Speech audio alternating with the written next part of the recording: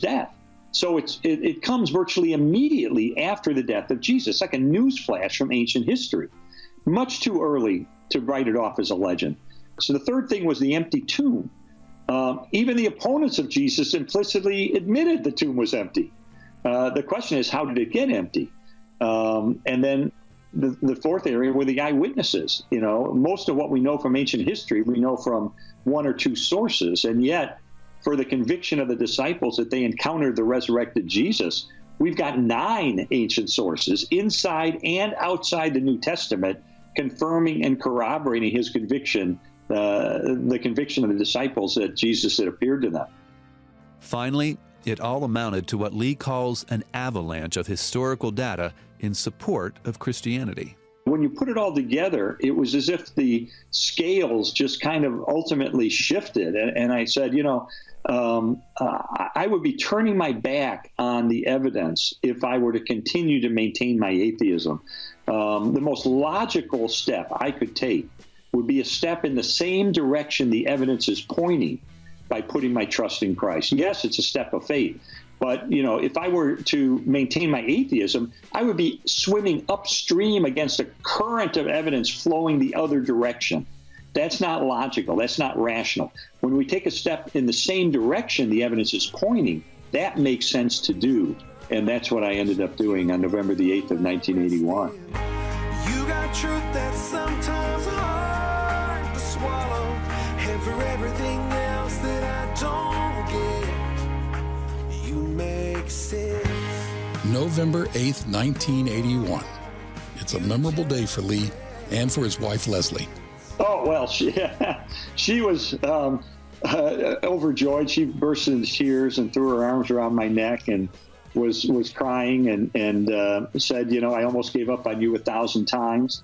But, you know, early on in this process, this spiritual mentor that she had, Linda, gave her a verse and said, pray this verse for Lee. It's Ezekiel 36:26. And it says, moreover, I will give you a new heart and I will put a new spirit within you. I will remove from you your heart of stone and give you a heart of flesh. And so this whole 2 years that I'm on this spiritual investigation, what I never knew was that Leslie, behind the scenes, every day was praying that verse for me, that God would crack open my hard heart, that he would draw me into his kingdom. And, you know, she was faithful. She prayed every single day. And then she saw, starting on November the 8th of 1981, how God began to answer that prayer because, as I say, all my values and morality and character began to change. And those changes were dramatic.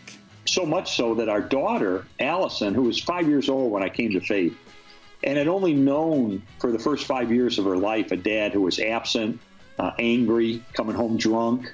That's all. That was her entire experience. But starting on that day that I put my trust in Christ, she started to watch. There's something different with Dad. There's something changing with Dad. There's something new with Dad. And she observed my behavior, my language, my life for about, I guess, 5 or 6 months. And then one day she came up to Leslie and she said, Mommy, I want God to do for me what he's done for Daddy.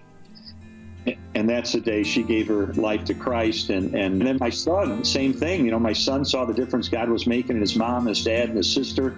He came to faith at a young age, too. It's raining, it's pouring, and you are restoring my soul.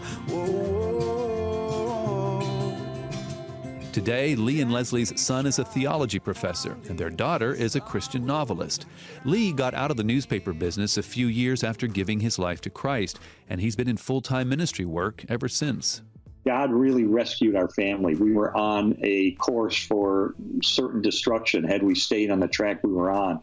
God rescued our family, and he changed my son and my daughter, my wife and me, and now, you know, Leslie and I have been married for almost 46 years now. Lee Strobel began his quest to disprove the claims of Jesus Christ on January 20th, 1980. He surrendered his life to that same Jesus on November 8th, 1981. Ultimately, you could research this stuff forever, but I realized, you know, after a year and 9 months, you've got the evidence you need to reach a conclusion. And so I just sort of reviewed all the evidence, and it was sort of formed a portrait. It was like the puzzle pieces came together and formed a portrait of Jesus, the unique Son of God. And that was just too compelling for me to turn my back on.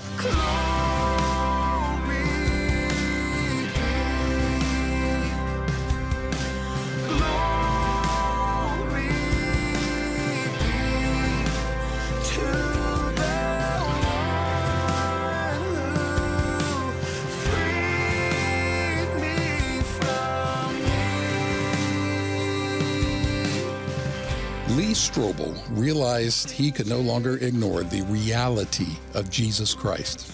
What about you? Are you ready to accept the truth that Jesus Christ is the Son of God?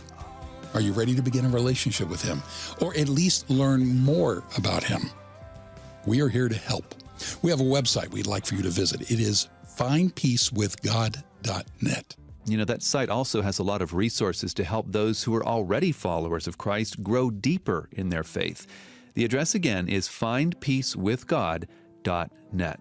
Also, if you're already a believer and you know someone who's wrestling with the same kinds of doubts and questions that Lee Strobel had, you might want to share this episode with them.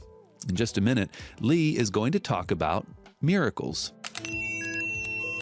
You're listening to GPS, God, People, Stories, a production of the Billy Graham Evangelistic Association. Ladies and gentlemen, if I did not believe that Christ bodily rose from the grave, I would quit preaching. Billy Graham. For centuries, the Old Testament prophets looked down through the corridors of time and predicted that Christ would rise again. They predicted every event in his life, and Jesus fulfilled every event according to prophecy. We have the documented testimony of those who were eyewitnesses to his resurrection. Peter, a partaker of Christ's resurrection, said, "And we are witnesses of all things which he did in Jerusalem. Him God raised up the third day and showed him openly." Some of the greatest lawyers and jurists of history have become convinced that the proof of the resurrection of Jesus Christ is one of the greatest attested facts of history. However, if I had none of these proofs, I still would know that Christ lives because he lives in my heart. He lives at the right hand of God the Father at this moment, but he also lives in the lives of those who have been transformed by his grace. Do you know him? You can receive him right now into your heart by faith, and he can transform your life. You can hear the rest of that message in its entirety at the Billy Graham Audio Archives. Just go to billygrahamradio.org. That's billygrahamradio.org. And once you're in the archives, search for this message title, Proof of the Resurrection. Our guest has written several books about the truth of the resurrection.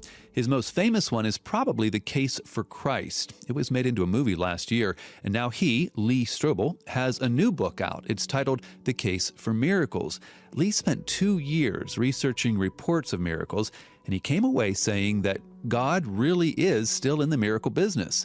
But the book also looks at those times when God doesn't provide a miracle. I interviewed a philosopher, PhD, by the name of Douglas Groothuis, whose wife is dying of a brain condition that is slowly causing her to lose her memory and lose her mind. And it will ultimately kill her unless God intervenes. And they've been praying for a miracle for years, and it has not happened.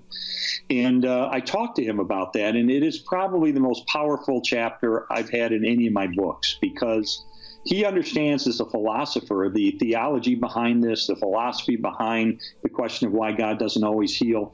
But he talks from the heart as